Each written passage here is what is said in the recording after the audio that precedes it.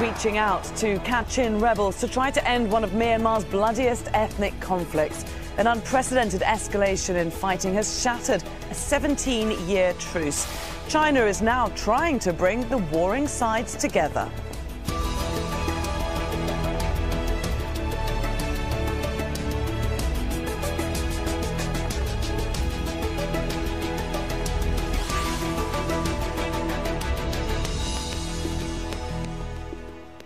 Hello there, I'm Laura Kyle. Welcome to the programme. It's a battle Myanmar's ethnic Kachin rebels have been waging for more than half a century. A fight for greater autonomy from Myanmar's government. And those simmering tensions have reignited with devastating consequences. A long-standing ceasefire has broken down. Myanmar's military has unleashed fighter jets and helicopter gunships on Kachin rebel positions. The heavy fighting is raising doubts about President Thein Sein's ability to control the military at a time when the country is striding out along the road to democratic reform.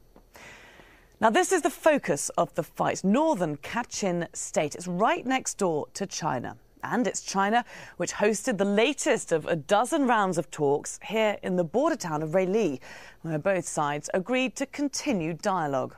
China is keen to see an end to the fighting along its border and avoid an influx of refugees. It also has major business interests in Myanmar. Well, let's bring in our guests today. In Bangkok, we have Phil Robertson, Deputy Director for Asia, Human Rights Watch. In London studios, Zoya Pan, Campaign Manager for Burma Campaign UK. And joining us from Beijing is Victor Gao, a member of the China-Myanmar Friendship Association. Thank you all very much for being here today. First, let's get an update on what we know about what's been happening in these talks. It seems there's been something of a positive outcome after, I believe, about 7 hours of discussions. Victor Gao, what can you tell us about who attended and what was discussed? Well, first of all, this escalation of tension in the northern part of Myanmar is alarming, not only to those who care about Myanmar, but also to China in particular, because we border with Myanmar in that particular region. And China has been promoting calming down by all parties as much as we can.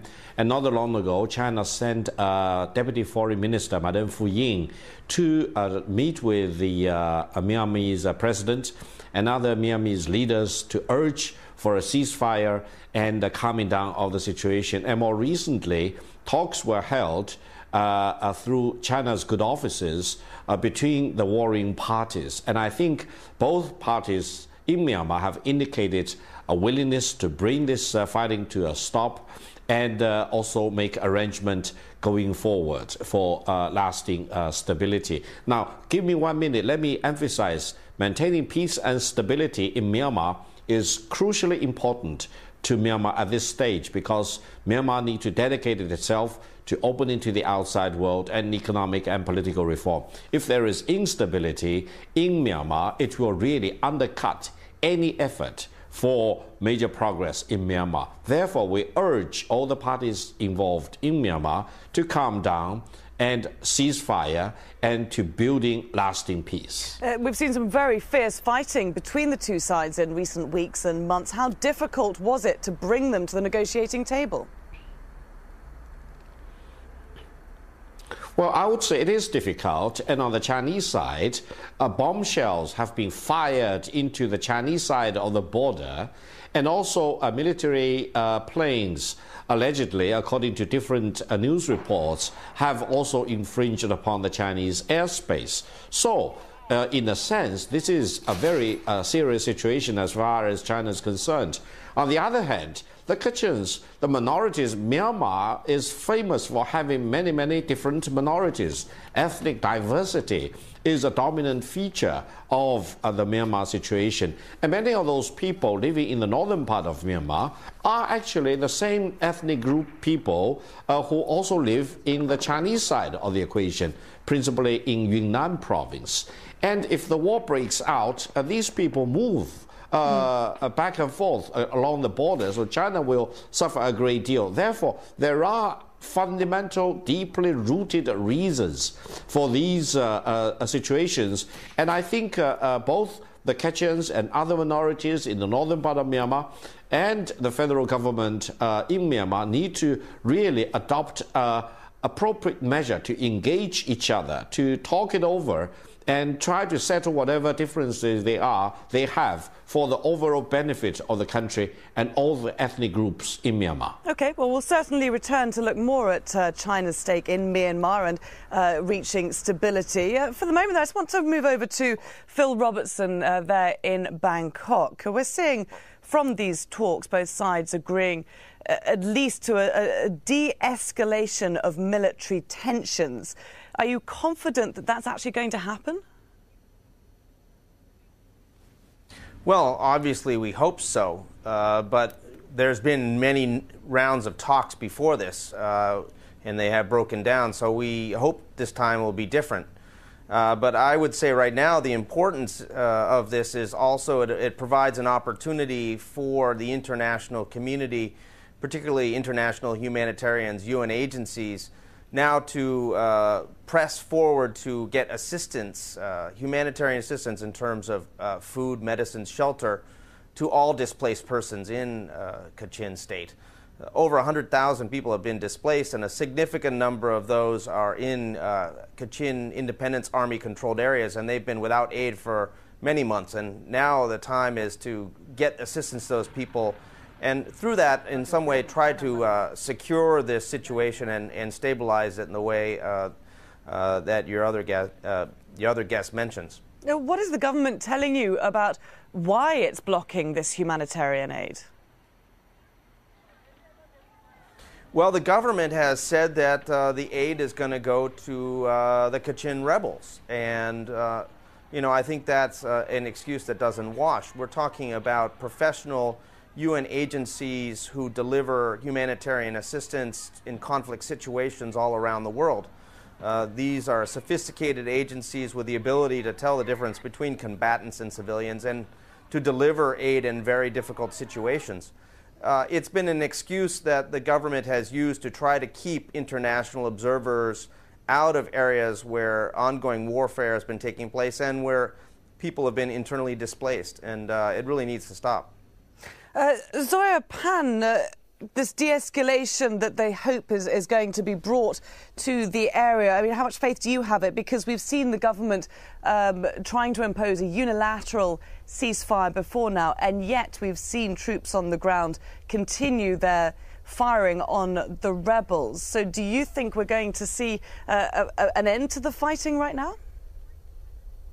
Well, you're absolutely right. While we welcome the talks, but actually this talk is about further talks. It's like for many years where the government in Burma has been using delay tactics. On the one hand, the government is talking about further talks about ceasefire. On the other hand, the government is increasing their military offensive against the Kachin Independence Organization. At the same time, their army is targeting civilians, which amount to the international crimes, including war crimes and crimes against humanity. So the problems with this talk is only talks about talks. We haven't seen concrete promise and actions taken by the government on the ground that they will actually stop the fighting. What the concern of the Kachin people have is that there will be more fighting, more military attacks, more human rights violations on the ground. But on the paper, the government has been talking about ceasefire. And while the government is having other ceasefire with other ethnic groups, they are not serious in this ceasefire. At the same time, they are not committing into political dialogue, which is political is the main problem in Burma. If the government is serious about bringing peace in the country, they should start serious ceasefire at the same time, and this ceasefire should lead to political dialogue. Having ceasefires without political solution is like pressing a pause button, not a stop button to the conflict. OK.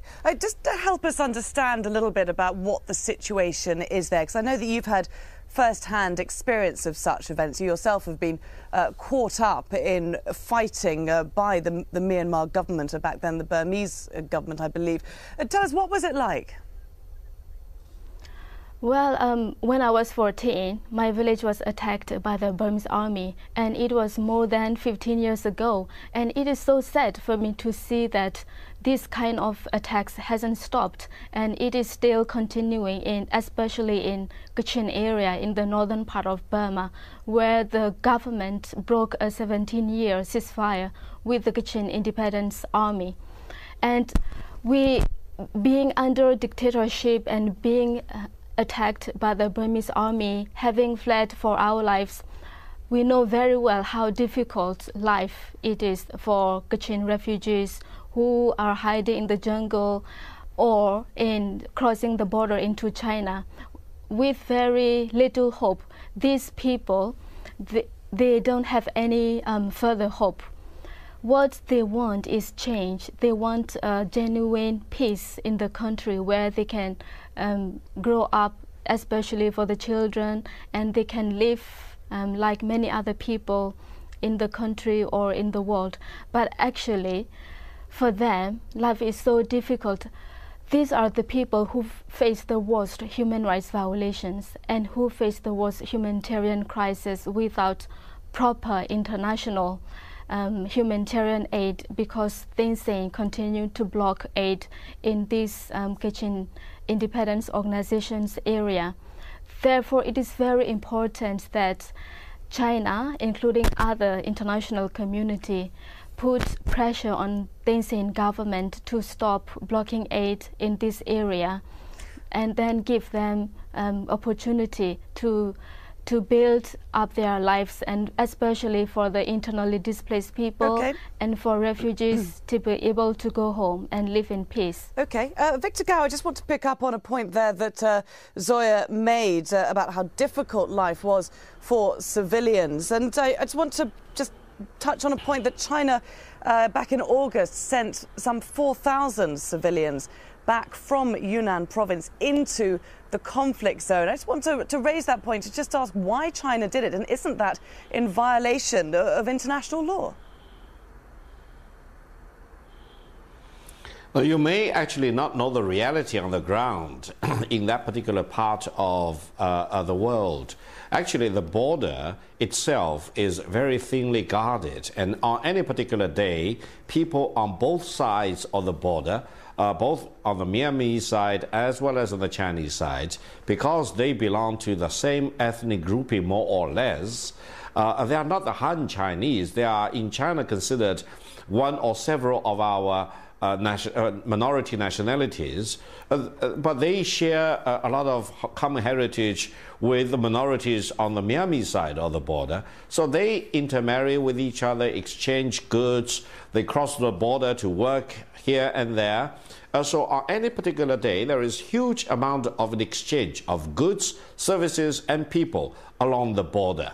Therefore, I think it will be absolutely normal for you to see Myanmar's people on their side of the border move into China on any particular day, or the Chinese people on our side of the border go back to the Myanmar side. Now, when the conflict escalates, that's the problem, because then you are talking about very extraordinary, unusual movement of the people. Refugees tend to flee into China, and normal business life will be disrupted on the Myanmar side of the border. That's the alarming development. I think we need to focus on these extraordinary events in order to really urge all the parties to calm down and come back to the negotiation table and talk about, building lasting peace in that particular part of Myanmar. OK, well, we will move on. And of course, part of understanding where we are today is understanding the events that have brought us to this point. And Kachin leaders have been pressing for an autonomous state since what was then Burma gained independence back in 1948. But it wasn't until 1961 that the Kachin Independence Army was formed, pledging to get a free Kachin Republic. And so the fighting began. A ceasefire was eventually agreed in 1994, which did hold for some 17 years. But that came to an abrupt halt in June 2011, in part when the Kachin refused to abandon a base near a hydropower plant which was being developed with China. Now, the government announced a unilateral ceasefire last month, but it broke down almost immediately, with the army capturing key outposts as it edged closer to Kachin rebel headquarters. Phil Robertson, that end of the ceasefire was caused in part by this Chinese hydropower plant in Kachin land, the Kachin feeling that they'd lost control of their resources. Should China feel a heightened sense of responsibility for this conflict? Well, I think that China has a very big stake in what happens in Kachin State, not only for the issues of the economic development project, but also for the stability issues that Mr. Gao mentions. There is responsibility connected to some of these projects, but it's our feeling, frankly, that this has been an ongoing campaign by the Burma Army to essentially teach the Kachin a lesson here. We don't accept the idea that somehow there's a disconnect between the army commanders on the ground in Kachin State and President Thein Sein. President Thein Sein has said he's effectively ordered an end to an offensive. But, you know, the people that have, the troops that have moved in there, the movement of all these various different heavy munitions and jet planes and helicopters, all this was done by the Burma Army with the full knowledge of the government of Burma. There's a bit of a game being played here by the Burma government that somehow the army isn't quite under the control of the government. In fact, the army and the government are one, and the issue is, will the intervention of China enable some degree of constraint to be placed on the Burma Army's actions? We've seen again and again that the Burma Army operating on the ground is an abusive force that targets civilians. We've documented repeatedly attacks on civilians, capturing civilians and torturing them, sexual abuse by Burmese soldiers, and other abuses. And so far, no one has been held accountable for that. It's all well and good to talk about a ceasefire now, and obviously we hope it holds. But we also have to anticipate that if it doesn't, and a renewed offensive takes place, we could see tens of thousands of people streaming towards Burma, as Mr. Gao mentions. And at that point, China is going to have to live up to its obligations as a ratifying state of the Refugee Convention and provide temporary protection and not push people back as they did last year. Zoya Pan, how accountable should the government be? Is it in a position to broker a lasting ceasefire? I mean, we're seeing the Kachin ethnic group being the last in the country to manage to reach some sort of deal. Why is it proving so difficult? Well, because the government in Burma doesn't keep their promise in terms of having ceasefire. We have to remember here, the Kachin, they had ceasefire with the government in the past, and the ceasefire was about 17 years, and it was the government who broke this ceasefire. The Kachin was promised to have political dialogue within that period of the ceasefire, but they are denied this promise. The government broke the promise and then attacked the Kachin bases and targeting civilians. Without a proper political solutions, I don't think that the Kachin people will be able to see peace in the country. And for the Kachin, especially for the KIO, when they see when they talk with the government, for them the main aim is to have political solutions, which is autonomy for the Kachins and have a federal democratic state where everyone can enjoy equal rights. But for the government, whenever they have meeting with the Kachin leaders, they send their representative, which are not able to make decisions. We know that there has been many talks in the past years and in the past months, but whenever the Kachin Independence Organization bring up proposals about political solutions, the representative of the government always said, we can't make decision. We have to go back and discuss with Vídeo, with our authorities. So it is very clear that the government in Burma is playing delayed tactics, and they are not serious about bringing peace in the country. Their ultimate goal here is to crush the Kachin resistance group and to control their military power over the country. Victor Gao, delay tactics, the government all about delay tactics. Do you believe that? Let me just add another point onto our discussion. I think the situation in Myanmar has been very complicated in the recent few years. And if you listen very carefully to Hillary Clinton when she departed as the former Secretary of State of the United States, she seemed to consider Myanmar as a complete success story for the United States, and she considered that as one of her principal achievements. She even dared to say that one of the tasks for her successor would be to find another Myanmar. But when we look closely at the situation in Myanmar, not only there has been a recent conflict between the Myanmarese majority people versus the Muslim minority in the western part of Myanmar, but then this Kachin situation is another major flaring up. And I think the military government probably find it very difficult as to what exactly should be the direction for them to turn. And even though the other panelists just now mentioned the urgency of providing humanitarian assistance by the international organizations to the Kachin region, keep in mind that that Kachin region is highly inaccessible, geographically speaking, terrain-wise. It's very, very difficult to move into there. It's not a plain area. It's far away from major city regions, etc. So I would say we need to analyze the situation in Myanmar as a whole. And one point I want to emphasize is that foreign intervention in the domestic situation in Myanmar is actually counterproductive, because there will be people outside of Myanmar who want to disturb situation in Myanmar, who may want to even disrupt the normal process over there, but they will have nothing to lose. Eventually, it will be the people in Myanmar who will suffer if there will be escalation. It will be the Kachin minorities who will suffer. I mean, China does have a lot of foreign interests in Myanmar itself. I just have one last question. I want to put to Phil Robertson. Victor Gao did bring up the international community there. It has been pretty crucial lately in Myanmar and its development, hearing a lot of praise from the US, the UK, the whole EU about Myanmar's reforms. Has that been premature? Well, I think certainly Hillary Clinton's declaration of success is premature.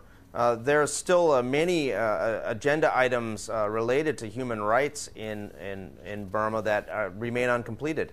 I mean, there's still hundreds of political prisoners in Burma's prisons, a slew of repressive laws that are on the books that have been used to violate rights for the past several decades. The situation in Arakan state, which is very dire and getting worse, and the fact that many Rohingya are leaving the country in rickety boats indicates the dire situation there. And also the fact that in addition to Kachin state, many of the other ethnic groups have concluded ceasefires, but they haven't moved the next step towards some sort of larger sustainable peace that includes political issues, for instance, autonomy, devolution of power, local control of things like schools or other facilities of local government that the minorities feel is very important for them to have a say in. We haven't really moved very far from the situation of ceasefires that have prevailed over a number of years towards a more sustainable peace between the Burman majority and the ethnic minorities. OK, and there I'm afraid we will have to leave it. Joining us today are guests in Bangkok, Phil Robertson, in London, Zoya Pan, and in Beijing, Victor Gao. Thanks very much to you all, and thanks very much to you too for watching this edition of Inside Story. You can find this programme and many more at aljazeera.com. Just follow the links, and you can also leave us your comments. Bye for now.